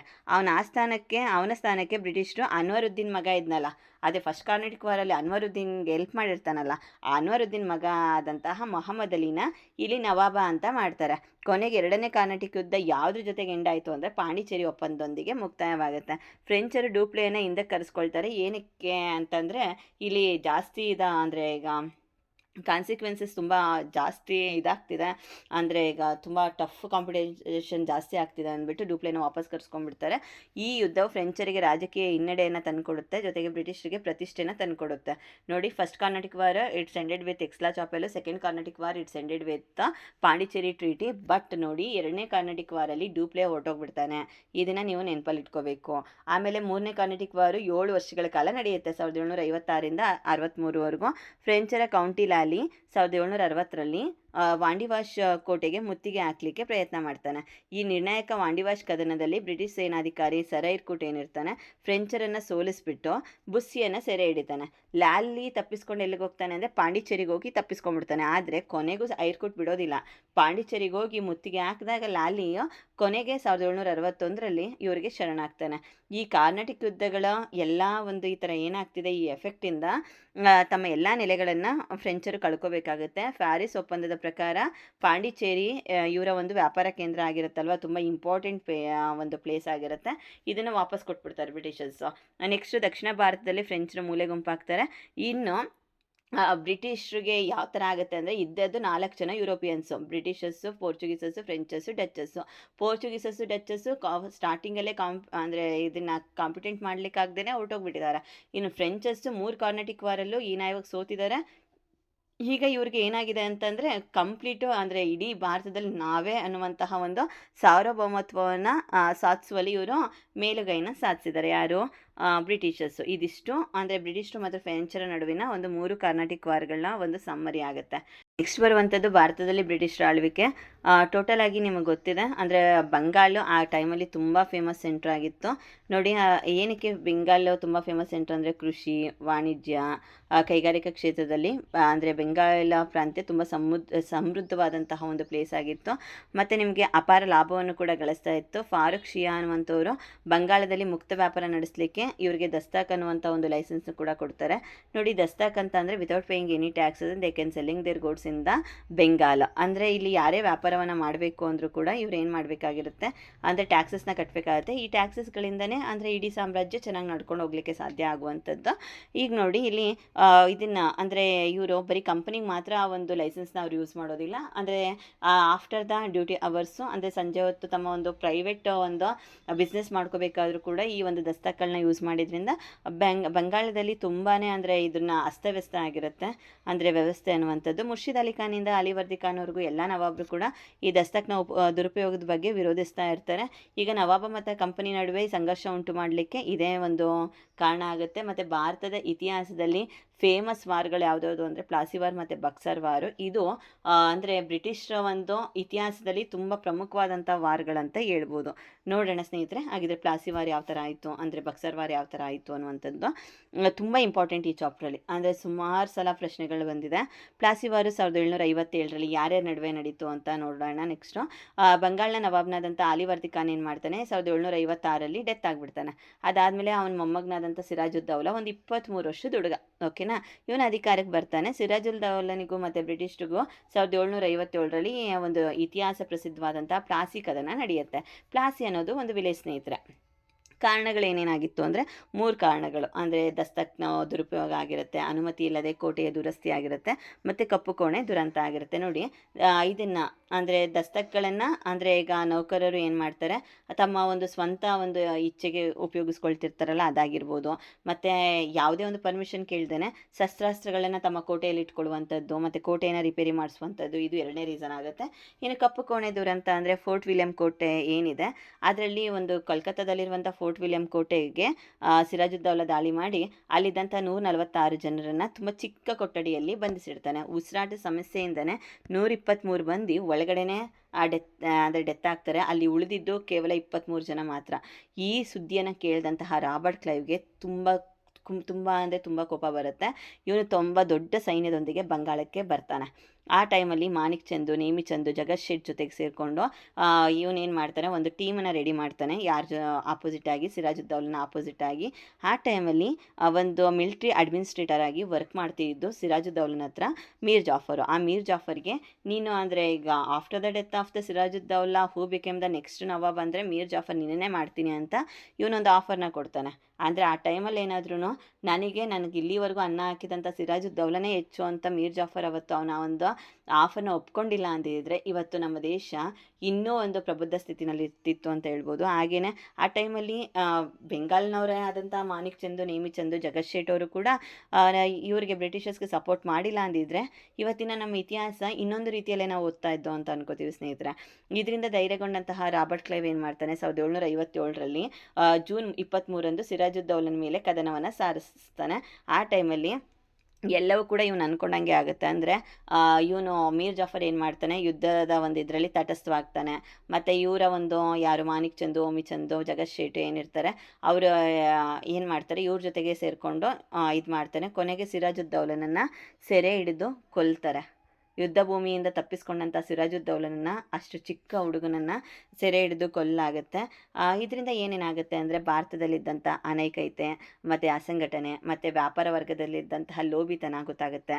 ಮೀರ್ ಜಾಫರು ನೆಕ್ಸ್ಟ್ ನವಾಬನಾಗ್ತಾನೆ. ಕಂಪನಿಗೆ ಎಲ್ಲ ಅನಿರ್ಬಂಧಿತ ಅಂದರೆ ಏನು ಬೇಕಾದ್ರೂ ಮಾಡ್ಕೋಬೋದು ಬೆಂಗಾಲಲ್ಲಿ, ಅಂತಹ ಒಂದು ಹಕ್ಕು ಸಿಕ್ಬಿಡುತ್ತೆ. ಮತ್ತು ಸಿರಾಜನ ಕಲ್ಕತ್ತಾದ ಮೇಲೆ ನಡೆಸಿದ ಆಕ್ರಮಣಕ್ಕೆ ಇವನು 17,70,00,000 ರೂಪಾಯಿಗಳನ್ನು ಪೆನಾಲ್ಟಿಯಾಗಿ ಕಟ್ಟಬೇಕಾಗುತ್ತೆ. ಯಾರು ಕಟ್ಟಬೇಕಾಗಿರುತ್ತೆ? ಮೀರ್ ಜಾಫರ್. ಅಂದರೆ ನಿಮಗೆ ಗೊತ್ತಾಗ್ಬೋದು, ಯಾಕಂದರೆ ಸಿರಾಜುದ್ದೌಲ ಆದಮೇಲೆ ನೆಕ್ಸ್ಟ್ ಕಿಂಗ್ ಯಾರಾಗಿದ್ದು? ಮೀರ್ ಜಾಫರೇ ಅಲ್ವಾ, ಅದರಿಂದ ಅವನೇ ಪೇ ಮಾಡಬೇಕಾಗತ್ತೆ. ಇದರಿಂದ ಮೀರ್ ಜಾಫರ್ನ ಒಂದು ಕೈಗೊಂಬೆ ಆಗ್ತಾನೆ ಕಂಪನಿಗೆ, ಜೊತೆಗೆ ಅವರ ಶೋಷಣೆಗೆ ಒಳಗಾಗ್ತಾನೆ. ನವಾಬನ ಬೊಕ್ಕಸ ಬರ್ದಾಯಿತೆ ವಿನಃ ದನ ಪಿಸಾಚಿಗಳಾದಂತಹ ಕಂಪನಿಯ ಅಧಿಕಾರಿಗಳ ತೃಷೆ ಅನ್ನೋದು, ಅವರ ಆಸೆ ಮಾತ್ರ ತೀರಲೇ ಇಲ್ಲ ಅನ್ಬೋದು ಸ್ನೇಹಿತರೆ. ಓಕೆನಾ? ನೋಡಿ, ಇದಿಷ್ಟು ಕೂಡ. ಅದಾದಮೇಲೆ ಮೀರ್ ಜಾಫರ್ನ ಅಸಮರ್ಥ ಅಂತ ಹೇಳ್ಬಿಟ್ಟು ಮೀರ್ ಕಾಸಿಮ್ನ ನೆಕ್ಸ್ಟ್ ನವಾಬ್ರಾಗಿ ಮಾಡ್ತಾರೆ. ಯಾರು ಮಾಡಿದ್ದು? ಬ್ರಿಟಿಷಸ್ಸೇ ಮಾಡುವಂಥದ್ದು. ನೆಕ್ಸ್ಟು ಇರುವಂಥದ್ದು India's famous war, Buxar war. ಅಂದರೆ ನೀವೇನಾದ್ರೂ ಇಂಡಿಯನ್ ಹಿಸ್ಟ್ರಿ ಓದಬೇಕು ಅಂದರೆ, ಮಾಡರ್ನ್ ಹಿಸ್ಟ್ರಿ ಓದಬೇಕು ಅನ್ನೋದಾದರೆ, ಪ್ಲಾಸಿ ವಾರ್, ಬಕ್ಸಾರ್ ವಾರ್ ಓದಲಿಲ್ಲ ಅಂತಂದರೆ ಇಡೀ ಮಾಡರ್ನ್ ಹಿಸ್ಟ್ರಿ ಅನ್ನುವಂಥದ್ದು ಫುಲ್ಫಿಲ್ ಆಗಲಿಕ್ಕೆ ಸಾಧ್ಯನೇ ಇಲ್ಲ ಸ್ನೇಹಿತರೆ. ನೋಡಿ, 1757ರಲ್ಲಿ ಪ್ಲಾಸಿ ವಾರಲ್ಲಿ 3 ಕಾರಣಗಳು ಏನಾಯಿತು ಮತ್ತು ಯಾರ್ಯಾರ ನಡುವೆ ಆಯಿತು, ಹೇಗಾಯಿತು ಅನ್ನೋದೆಲ್ಲನೂ ಕೂಡ ತಿಳ್ಕೊಂಡು ನೆಕ್ಸ್ಟ್ ಬಂದು ಬಕ್ಸರ್ ವಾರು. ಈ ಮೀರ್ ಕಾಸಿಮ್ ಒಬ್ಬ ಸಮರ್ಥ ಆಡಳಿತಗಾರನಾಗಿರ್ತಾನೆ. ಕಂಪ್ನಿಗೆ ನಿಷ್ಠೆಯಿಂದನೇ ಇರ್ತಾನೆ. ಯಾಕಂದರೆ ನನ್ನ ಮಾವನನ್ನು ಕೆಳಗಡೆ ಇಳಿಸಿ ನನ್ನನ್ನು ರಾಜನಾಗಿ ಮಾಡಿದ್ದಾರೆ ಅಂದ್ಬಿಟ್ಟು ಇವನು ಖುಷಿನೇ ಇರುತ್ತೆ. 2 ಲಕ್ಷ ಪೌಂಡ್ ಹಣವನ್ನು ಕೊಡ್ತಾನೆ, ಮತ್ತು ಒಂದಷ್ಟು ಪ್ಲೇಸ್ಗಳನ್ನ ಬಿಟ್ಕೊಡ್ತಾನೆ. ದಸ್ತಕ್ನ ದುರ್ಬಳಕೆಯನ್ನು ಇವನು ನೋಡ್ತಾನೆ. ಅದಾದಮೇಲೆ ಇವನಿಗೆ ಬೇಜಾರಾಗುತ್ತೆ, ಏನು ಇಷ್ಟೊಂದು ದುರ್ಬಳಕೆಯನ್ನು ಮಾಡ್ಕೊಳ್ತಿದ್ದಾರಲ್ಲ ಇವರು ಅಂತ ನೋಡಿದಂತೆ ಇವನು ಏನು ಮಾಡ್ತಾನೆ, ಸುಂಕ ಮುಕ್ತ ವ್ಯಾಪಾರ ಅಂದರೆ ಫ್ರೀ ಟ್ರೇಡ್ ಒಂದು ಟ್ಯಾಕ್ಸ್ನ ಅನೌನ್ಸ್ ಮಾಡ್ತಾನೆ. ಅಂದರೆ ಇಲ್ಲಿ ಇಂಡಿಯನ್ಸ್ ಆಗಿರ್ಬೋದು ಮತ್ತು ಫಾರಿನರ್ಸ್ ಆಗಿರ್ಬೋದು, ಅಂದರೆ ಯುರೋಪಿಯನ್ಸ್ ಆಗಿರ್ಬೋದು, ಅಂದರೆ ಯಾರು ಕೂಡ ದುಡ್ಡನ್ನೇ ಕೊಡಬೇಡಿ, ನಿಮ್ಮ ಪಡೆ ನೀವು ಇದನ್ನು ಅಂದರೆ ವ್ಯಾಪಾರವನ್ನು ಮಾಡ್ಕೊಳ್ಳಿ ಅಂತ. ನೋಡಿ, ಯುರೋಪಿಯನ್ನರು ಮತ್ತು ಇಂಡಿಯನ್ಸ್ ಅಂತ ಬಂದಾಗ ಯುರೋಪಿಯನ್ನರು without paying the taxes they can selling their goods, ಅಂದರೆ ಅವ್ರಿಗೆ ಜಾಸ್ತಿ ಲಾಭ ಆಗ್ತಿರುತ್ತೆ. ಇವರು ಟ್ಯಾಕ್ಸ್ನ ಕಟ್ಟಿ ವ್ಯಾಪಾರ ಮಾಡ್ತಿದ್ರಿಂದ ಇವ್ರು ಕಡಿಮೆ ಲಾಭ ಆಗಿರುತ್ತೆ. ಯಾವಾಗ ಭಾರತೀಯರು ಅಂದರೆ ಸುಂಕವಿಲ್ಲದಂತೆ ವ್ಯಾಪಾರ ನಡೆಸುವಂತಹ ಒಂದು ಆ ಸಂದರ್ಭ ಅವ್ರಿಗೆ ಒದಗಿ ಬರುತ್ತೋ, ಆವಾಗ ಇವ್ರಿಗೆ ತುಂಬ ಭಯ ಸ್ಟಾರ್ಟ್ ಆಗುತ್ತೆ ಬ್ರಿಟಿಷರ್ಸ್ಗೆ. ಆವಾಗ ಬ್ರಿಟಿಷರಿಗೆ ನವಾಬನನ್ನು ವಿರೋಧಿಸಲು ಇದಿಷ್ಟೇ ಸಾಕಾಗಿತ್ತು ಅವರಿಗೆ. ಮೀರ್ ಕಾಸಿಮ್ನ ಮತ್ತೆ ಇಳಿಸಿ ಮೀರ್ ಜಾಫರ್ನ ನೆಕ್ಸ್ಟ್ ನವಾಬ್ ಅಂತ ಅನೌನ್ಸ್ ಮಾಡ್ತಾರೆ. ಈ ಬ್ರಿಟಿಷರ ಕುಟಿಲತೆ ಎಲ್ಲ ಗೊತ್ತಿದ್ದಂಥ ಮೀರ್ ಕಾಸಿಮ್ ಏನು ಮಾಡ್ತಾನೆ, ಒಂದು ಟೀಮ್ನ ಫಾರ್ಮ್ ಮಾಡ್ತಾನೆ. ಅಂದರೆ ಈಗ ಆರ್ಟಿಸನ್ಸು ಮತ್ತು ಒಂದು ಫಾರ್ಮರ್ಸು ಮತ್ತು ಈಗ ಟ್ರೇಡರ್ಸು ಎಲ್ಲರನ್ನೂ ಕೂಡ, ಅಂದರೆ ವ್ಯಾಪಾರಿಗಳು, ಕಸುಬುದಾರರು, ಇವರೆಲ್ಲರನ್ನೂ ಕೂಡ ಒಂದು ಟೀಮ್ನ ಫಾರ್ಮ್ ಮಾಡ್ಕೋತಾನೆ. ಜೊತೆಗೆ ಮೊಘಲ್ ದೊರೆ ಆದಂಥ 2ನೇ ಶಾ ಆಲಂ ಆಗಿರ್ಬೋದು, ಅವ್ದನ್ನ ನವಾಬನಾದಂಥ ಸಿರಾಜುದ್ದೌಲ ಆಗಿರ್ಬೋದು, ಇವರೆಲ್ಲರ ಜೊತೆ ಒಂದು ಒಪ್ಪಂದ ಮಾಡಿಕೊಂಡು ಯುದ್ಧನ ಸ್ಟಾರ್ಟ್ ಮಾಡ್ತಾನೆ. ಆ ಟೈಮಲ್ಲಿ ಬಕ್ಸರ್ ವಾರಲ್ಲಿ ಇದ್ದಂತಹ ಒಂದು ಇವನು ಯಾರು ಅಂದರೆ ಗವರ್ನರ್ ಜನರಲ್ ಯಾರು ಅಂದರೆ ಹೆಕ್ಟರ್ ಮನ್ರೋ. ಆ ಹೆಕ್ಟರ್ ಮನ್ರೋ ಏನು ಮಾಡ್ತಾನೆ, 1764ರಲ್ಲಿ ಬಕ್ಸಾರ್ ಎಂಬಲ್ಲಿ ಮುಖಾಮುಖಿ ಆಗ್ತಾನೆ. ಹಾಗಿದ್ರೆ ಬಕ್ಸಾರ್ ಅಂದರೆ ಯಾವುದು ಅಂದರೆ, ಬಕ್ಸಾರ್ ಅನ್ನೋದು ಒಂದು ವಿಲೇಜ್ ನೇಮು. ಅಂತಿಮವಾಗಿ ಯುದ್ಧದಲ್ಲಿ ಮೀರ್ ಕಾಸಿಮ್ ಸೋತು ಅಲ್ಲಿಂದ ಎಸ್ಕೇಪ್ ಆಗ್ತಾನೆ. ಶಾ ಆಲಂ ಸರೆಂಡರ್ ಆಗ್ತಾನೆ. ನೆಕ್ಸ್ಟು ಅಂದರೆ ಕಂಪ್ಲೀಟಾಗಿ ಅಂದರೆ ಸರೆಂಡರ್ ಆಗಿಬಿಡ್ತಾರೆ ಇವ್ರ ಟೀಮು. ಇದರಲ್ಲಿ ಈಸ್ಟ್ ಇಂಡಿಯಾ ಕಂಪನಿಗೆ ಬಂಗಾಳದ ಮೇಲಿನ ದಿವಾನಿ ಹಕ್ಕನ್ನು 2ನೇ ಶಾ ಆಲಂ ಕೊಡ್ತಾನೆ. ನೆಕ್ಸ್ಟು ಶಾ ಆಲಂ ಏನು ಮಾಡ್ತಾನೆ, 26 ಲಕ್ಷನ ತೊಗೊಂಡು ತನಗಿದ್ದಂತಹ ಎಲ್ಲ ಹಕ್ಕನ್ನು ಬಿಟ್ಕೊಡ್ಬೇಕಾಗುತ್ತೆ. ಏನಕ್ಕೆ ಅಂದರೆ he help towards Mir Kasim, ಅದಕ್ಕೋಸ್ಕರ. ನೆಕ್ಸ್ಟ್ ಔದ್ನ ನವಾಬ ಆ್ಯಸ್ ಎ ಪೆನಾಲ್ಟಿ ಆಗಿ 50 lakh ರೂಪಿನ ಈ had to pay to the Britishers. ಮತ್ತು ಮೀರ್ ಜಾಫರು ಡೆತ್ ಆಗಿದ್ದರಿಂದ ಈ ಸಣ್ಣ ಗಾಟ್ ದ, ಅಂದರೆ ಈಗ ನಿಮ್ಗೇನಂತ ಹೇಳ್ಬೋದು, ಪೆನ್ಷನ್ ಫ್ರಮ್ ದ ಇದನ್ನು ಯಾವುದು ನಿಮಗೆ ಬ್ರಿಟಿಷ್ ಕಂಪ್ನಿಯಿಂದ ಪೆನ್ಷನ್ನ ಕೊಡಲಿಕ್ಕೆ ಸ್ಟಾರ್ಟ್ ಮಾಡುತ್ತೆ. These are all the result of the Buxar war ಅಂತ ಹೇಳ್ಬೋದು. ಆ್ಯಂಡ್ ಕೊನೆ ಕಂಟೆಂಟು ಈ ಚಾಪ್ಟರ್ದು.